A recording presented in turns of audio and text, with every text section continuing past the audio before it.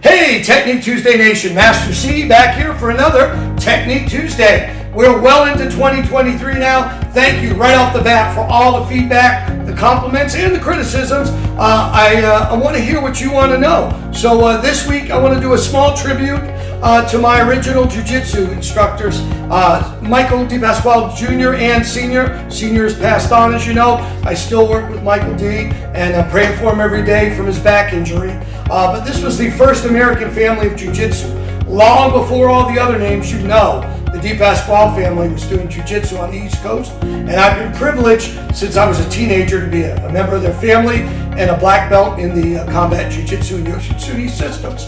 So today I'd like to introduce a little concept that they call dead arm blocking. And this is not exclusive, obviously, but it's great. I really loved it because Jiu-Jitsu challenge in self-defense was closing the gap. In my experience, it was great if the opponent put the hands on you, but if you had to start from a boxing or striker's distance, they had problem getting the technique done before they got jacked in the face. Boy, the dead arm block takes care of that. So try it out. It's not going to come easy. So I warn you, last week's little simpler to get done, Kiken Kaishu Hoken, one step. Dead arm requires timing, Hayoshi, and the timing and distancing. So without any further ado, I'm going to show it to you, then I'm going to tell you what I did.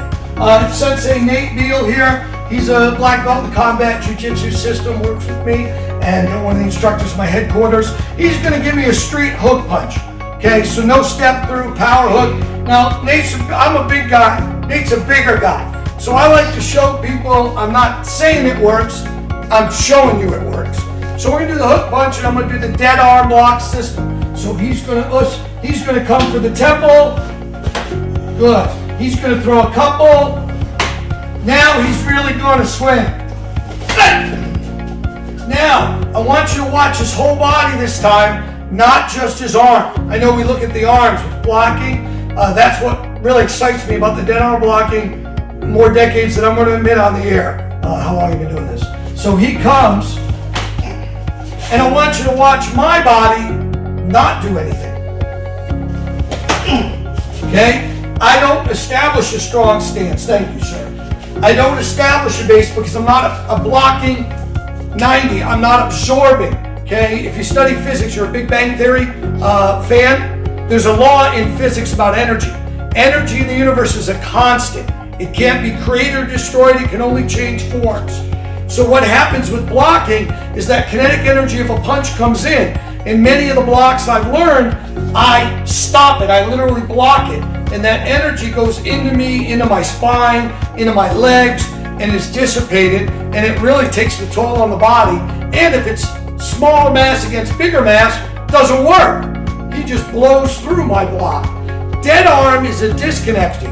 Matosi called it 10-13. Hachi Chutney calls it 7-10 principle. It's really simple. I disconnect. I don't stay connected, so the energy transfer goes back to him. Easiest way I learned is going to be silly. I learned as a teenager. I got a glue on my finger, we'll say. And I need to get the glue off my finger, flick it off. Okay? So the first time I encountered this principle was many, many years ago. But I like the whipping action. So all of my karate training helps. I have a conditioned shuto. I have a good forearm. I have good structure with my stance. Okay, I don't need to drop into a hard senkudachi to have good, solid base. So, dead arm blocking, the secret is to disconnect, practice light, flicking that glue off your finger, and you only tense for a split second. Now, I told you the disclaimer at the beginning, it's not going to work at first. It takes practice, but I guarantee you, if you practice it, if you get some guidance, you will fall in love with dead arm blocking, and I sneak it into every system I do. And I've used it incountable times in real life situations because it's quick, it's fast, and it's reliable. So that is my share and my tribute to my current Jiu-Jitsu master, Soki Michael DePasquale Jr. I'm thinking about you, Soki. We all are. We love you, and we can't wait to see you back on the mat. I also, again, I want to thank the sponsors. They're making this possible. We got new lighting. We're getting new mics from Kicks Media Productions. So check out kicksmediapro.com. And next week, I hear we're going to have a bonus code for half price for all of my Technique Tuesday audience for DVDs. So check back in. Thank you.